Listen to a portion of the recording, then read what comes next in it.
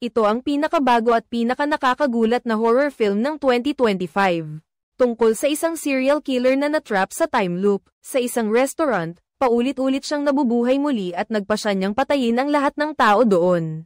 Si Anna ay isang waitress sa restaurant na ito dahil sa kanyang magandang itsura. Madalas siyang inaasar ng sobra ng mga lalaking customer ng restaurant. Kahit hindi komportable si Anna, kinailangan niyang tiisin ito para sa trabaho.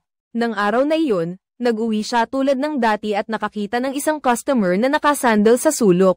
Tila naghihintay sa kanya, inakala lang ni Anna na isa na namang manyak ito. Para maiwasan ang pang-aasar niya, nagkunwari siyang kasal na. Sinubukan niyang mapagod ang lalaki, ngunit nalaman na ng lalaking ito ang kasalukuyang kalagayan ni Anna mula sa usapan ng ibang regular na customer.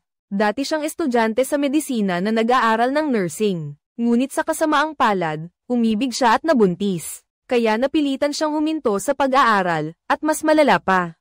Ang lalaking nagpapatigil sa kanya sa pag-aaral ay tumakas din. Napilitan siyang maging waitress sa isang maliit na kainan. Ang pagpapalaki sa kanyang anak na babae ng mag-isa sa ganitong kalunos-lunos na sitwasyon ay hindi nagdulot ng awa sa lalaki.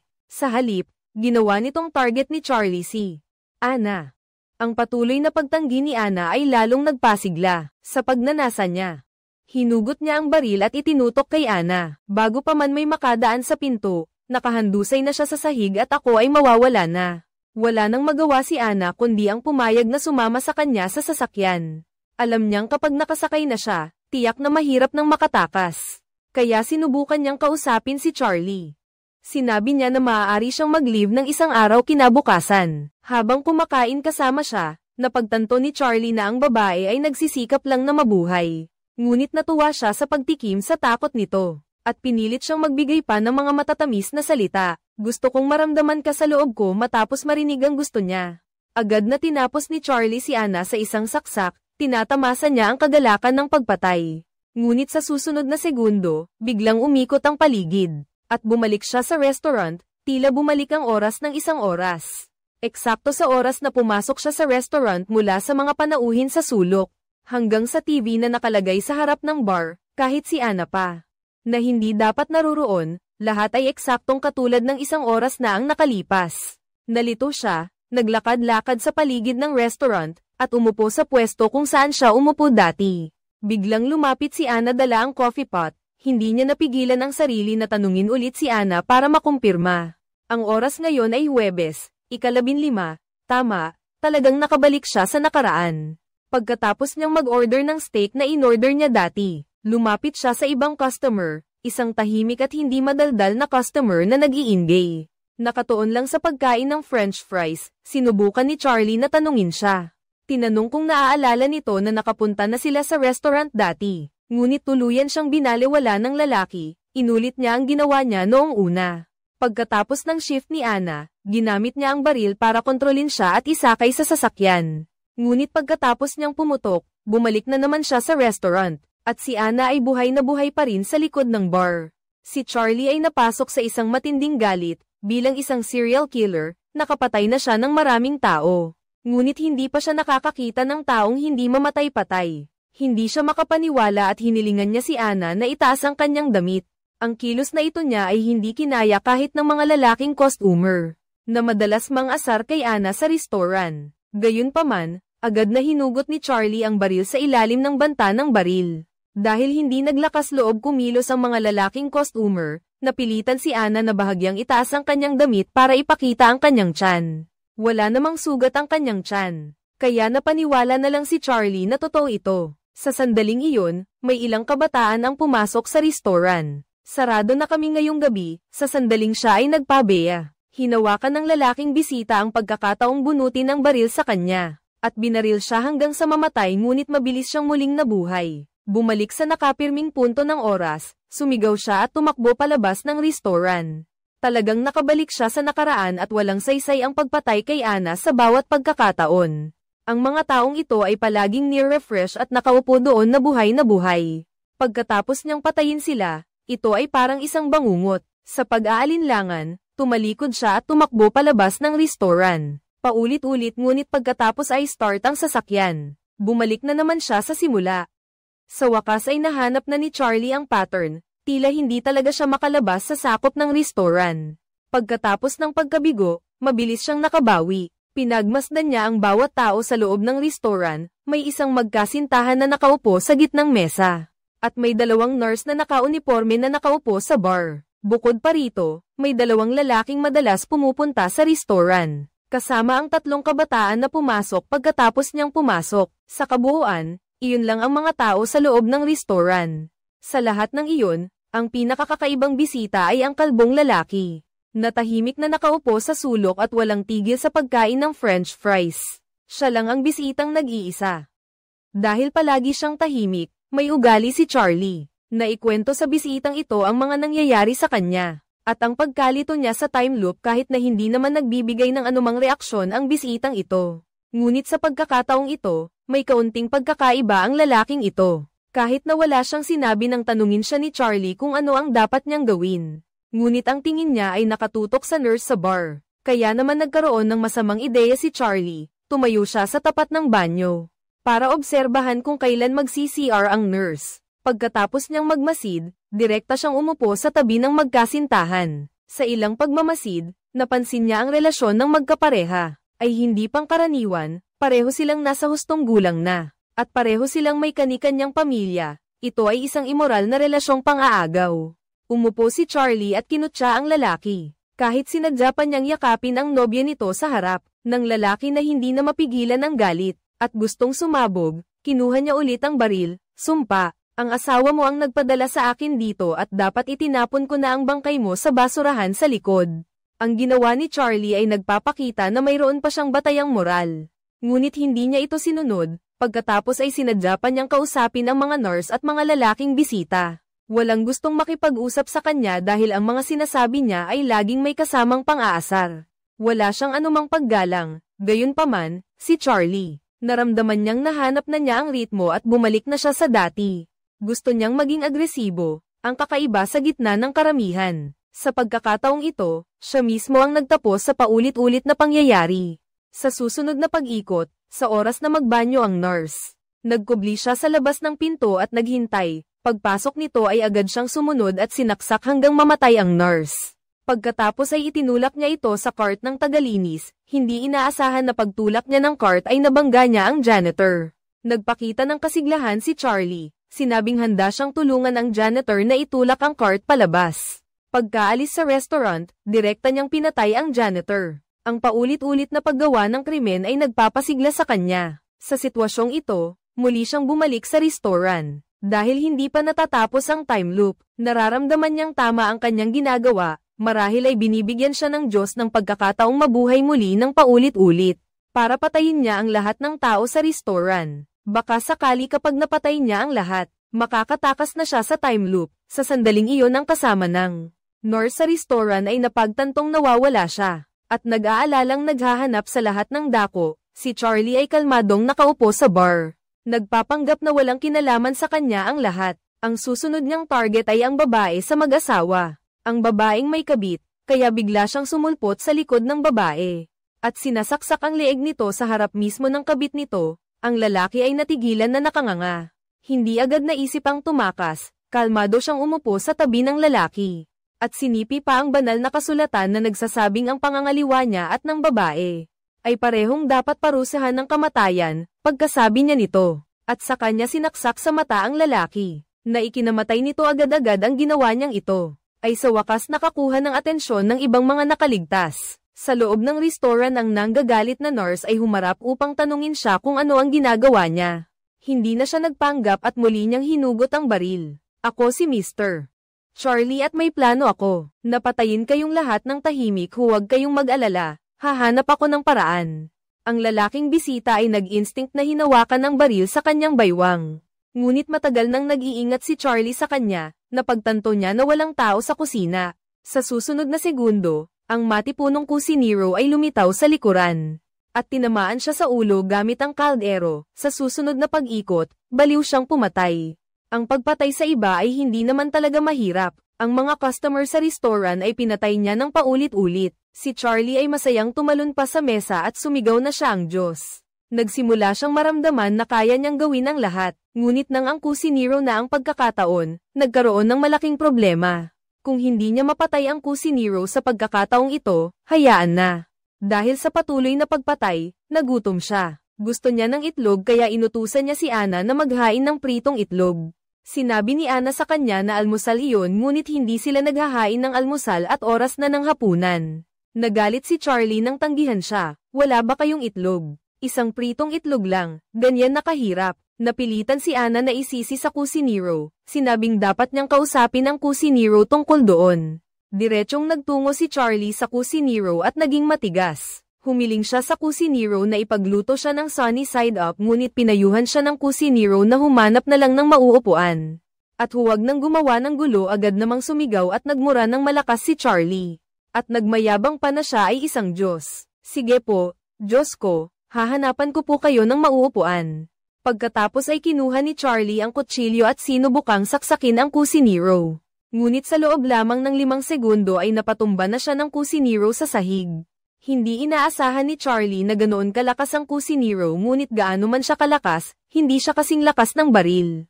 Mabilis siyang tumayo at kumuha ng baril subalit hindi man lang natakot ang Kusiniro.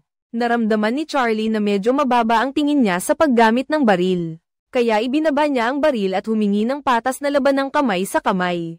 Kung mananalo siya, magluluto ang chef ng sunny side up para sa kanya.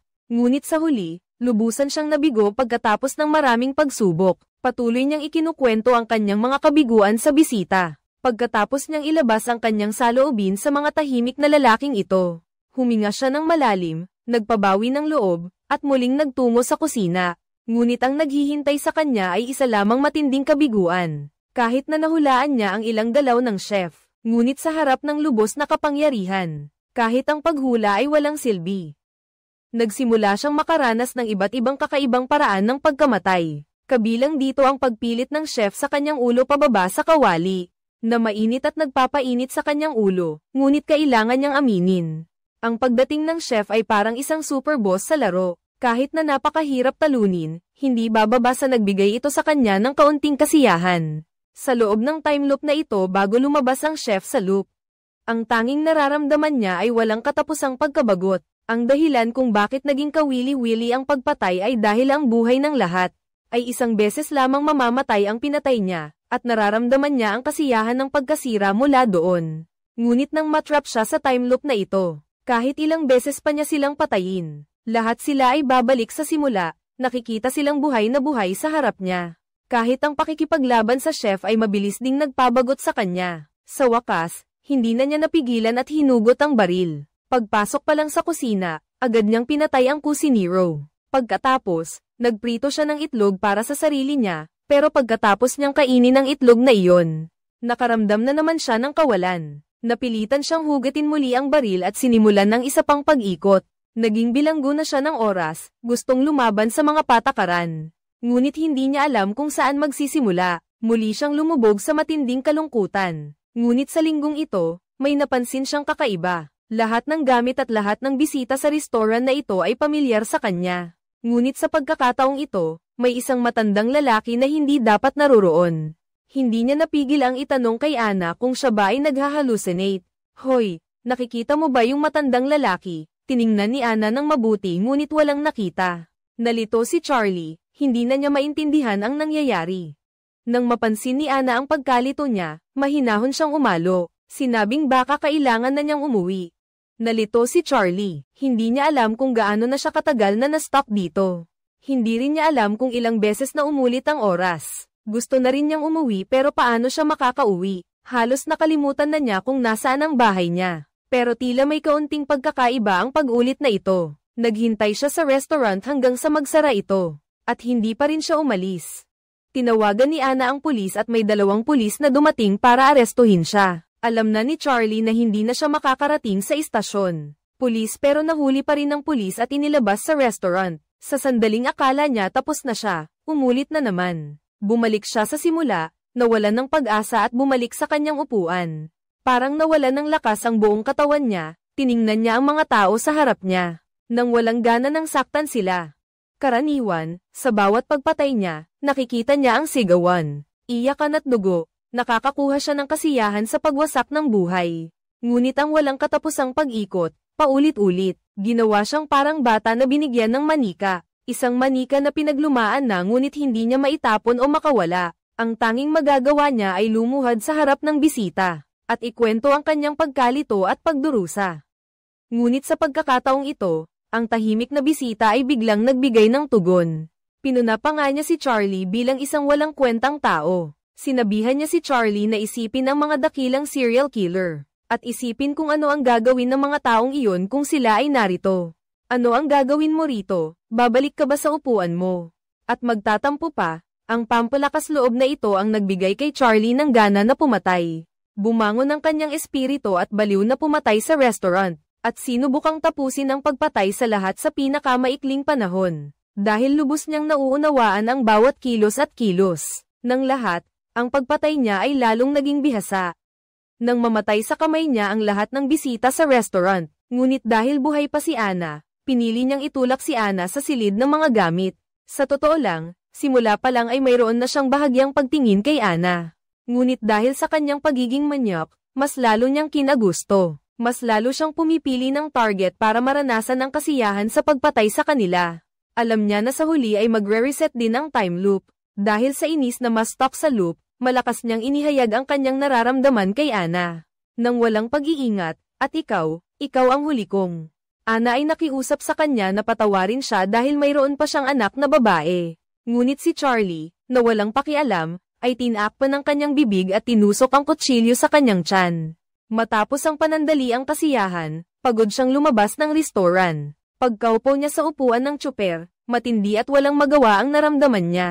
Dahil kahit pinatay na niya ang lahat, siguradong magsisimula muli ang time loop at babalik sa simula. Siya ay napagod at hindi na talaga makatulog. Nang muling magsimula ang time loop, pumasok siya sa restoran at nakita sa bar na biglang lumitaw ang isang pari. Ito ay isang himala.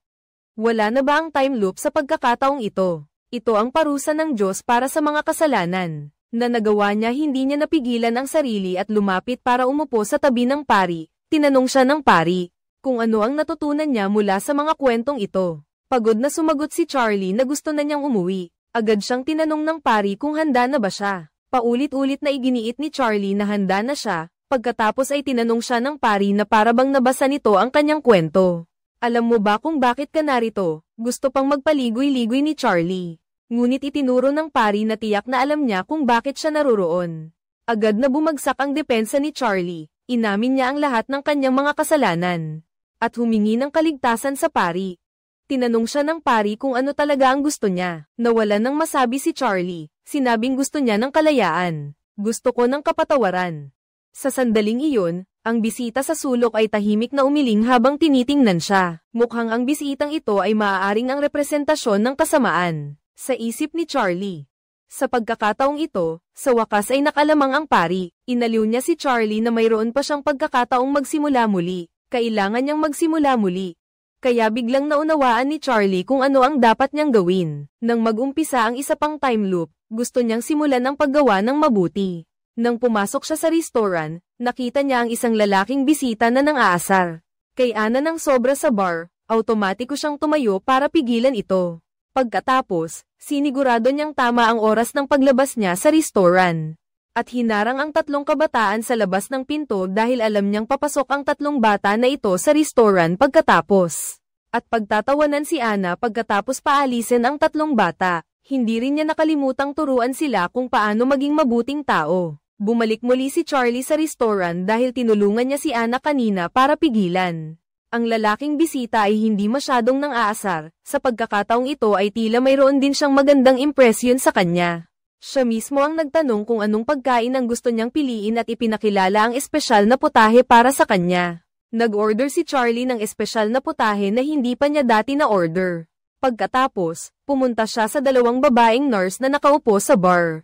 Nagpahayag siya ng pasasalamat para sa kanilang diwa ng pagliligtas ng buhay, paggamot, sakripisyo, at pag-aalay para sa iba. Pagkatapos, sinabi niya na ang hapunan ngayong gabi ng dalawang nurse ay siya ang magbabayad. Hindi rin niya nakalimutan ang magkasintahan na nagtataksil. Sinubukan niyang kumbinsihin sila ng taos-puso na kahit hindi nila alalahanin ang kanilang dangal, Dapat pa rin nilang isipin ang kanilang mga anak, kahit wala na silang pagmamahal sa isa't isa bilang mag-asawa. Dapat din nilang isipin kung masasaktan ba ang kanilang mga anak dahil sa kanilang mga ginagawa. Matapos niyang gawin ang lahat ng ito, malapit nang matapos ang shift ni Anna, at nagawa na ni Charlie ang lahat ng mabubuting bagay na kaya niyang gawin. Naghanda siyang ipahayag ang kanyang damdamin kay Anna sa tamang paraan. Hinintay niya si Anna sa labas ng restaurant at nakipag-usap sila tungkol sa kalangitan na puno ng bituin.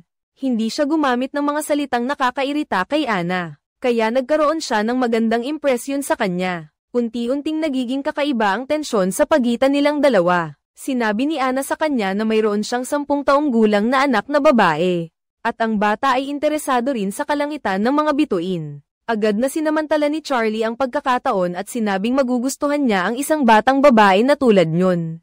Napakagalang niyang tinanong si Anna kung maaari ba niyang ihatid siya sa kotse. Dahil sa pagiging magalang nito ay hindi niya ito kayang tanggihan. Naghalikan sila sa tabi ng kotse ng natural. Ayaw umalis, sa pagkakataong ito, kahit si Anna pa ang kusang sumakay sa sasakyan ni Charlie. Natatakot siyang baka maulit na naman ang nangyari noon. Kaya bago sumakay, sinadya niyang itapon ang baril sa likuran. Pagkasakay, sinubukan pa ni Anna na maging malambing kay Charlie. Hindi niya inakala na magiging ganoon kadali ang lahat. Ngunit ang mga bagay na dati niyang pinipilit kay Anna na gawin ay hindi niya ginawa noon. Ngayon, si Anna pa ang kusang nag-aanyaya, ngunit talagang natatakot siyang baka hindi niya makontrol ang sarili. Nang mag-alinlangan si Charlie, nagpakita ng kalungkutan si Anna. Hindi niya naramdaman na mayroong mayroon bang koneksyon sa pagitan namin, pero nang maging malapit kami, si Charlie ay labis na na-excite kaya hindi niya napigilan at hinugot ang kutsilyo. At sinaksak si Anna sa tiyan, tila napakahirap baguhin ng kanyang likas na ugali, kahit pa naghahanap siya ng kaligtasan, kahit alam na niya na walang kabuluhan ang mga bagay na ito. Nahihirapan pa rin siyang pigilan ang kanyang likas na ugali. Nagising si Charlie mula sa panaginip at napagtanto na lahat ay ilusyon lamang. Sa katotohanan, matagal na siyang nahuli dahil sa serial killing. Ang tinatawag na time loop ay isa lamang ilusyon. Dahil sa epekto ng gamot sa ilalim ng panghihimasok ng isang espesyal na organisasyon. Lahat ng ginawa niya sa ilusyon ay nirecord ng organisasyong ito at ipinakita sa komite ng pagpapatawad na hindi lumihis sa inaasahang pag-uugali niya, na nagdulot upang tanggihan ng komite ng pagpapatawad ang kanyang kahilingan. Para sa pagpapatawad at ang doktor na namamahala sa kanya ay kamukhang kamukha ng pari. Sa ilusyon na nakikita niya ngayon ang mga kawani ng ospital na pumapasok sa silid. Sa mukha ni Anna sa kanyang ilusyon, bigla niyang napagtanto na siya ay pinagplanuhan ni Anna. Hayop ka, sinadya mong bitagin ako, lahat iyan ay iyong pinili. Tinitigan siya ni Anna ng malamig at malamig ding sumagot, kahit ako ang naglapit sa iyo, kahit ako ang nagpakita ng pagtingin sa iyo, kahit ako ang pumasok sa iyong sasakyan, hindi iyon dahilan para ikaw ay pumatay sa akin, hindi mo lang napigilan, hindi mo nakontrol. Lahat ay kasalanan mo, Charlie, at muling ikinulong sa silid ng ospital. Samantala, ang namumuno sa organisasyong ito ay nagsasalita sa plataporma na ang kanilang pag-aaral ay maaaring magligtas sa ilang kilalang mamamatay tao, na maging mahinahon, at maging mga taong kayang makibagay sa lipunan. Ngunit nagpahayag ng matinding pagdududa ang mga reporter tungkol dito. Naniniwala sila na ang pag-uugaling ito ay walang silbi, at nakakasakit pa sa mga namatay habang si Charlie ay nasa loob ng organisasyon. Dahil hindi niya kinaya ang pressure ng maraming time loop. Patuloy na ibinabangga ang ulo sa pader samantala ang taong namamahala. Patuloy pa ring sinasabi ng ahensya sa publiko na hindi lamang ito paraan ng paggamot sa sakit sa pag-iisip, kundi pangako rin ng mas magandang kinabukasan. Ito ang buong nilalaman ng pelikulang Kill Me Again. Ano sa tingin ninyo ang paraan ng paggamot sa sakit sa pag-iisip na ito? Ibigay ang inyong opinyon sa comment section para makapag-usap tayo. Salamat sa inyong pagsubaybay. Paalam at kita-kits!